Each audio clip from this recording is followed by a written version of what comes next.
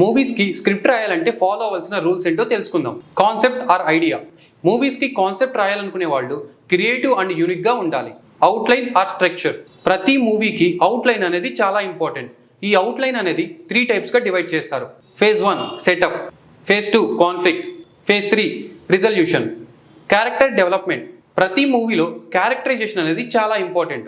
ఈ character develop చేయాలి అంటే బ్యాక్ స్టోరీ, డెప్త్, పర్సనాలిటీస్ చాలా ఇంపార్టెంట్. డైలాగ్స్ చాలా ఎంగేజింగ్గా అండ్ క్యారెక్టరైజేషన్కి తగ్గట్టు ఉండాలి. ప్రతి సీన్కి ఒక పర్పస్ ఉండాలి. స్టోరీని ముందుకు తీసుకునేలాగా ఉండాలి. Show don't tell. కొన్ని సిచ్యువేషన్లో డైలాగ్ చెప్పడం కంటే విజువల్గా చూపించడం వల్ల ఇంపాక్ట్ ఎక్కువగా ఉంటుంది. రివిజన్.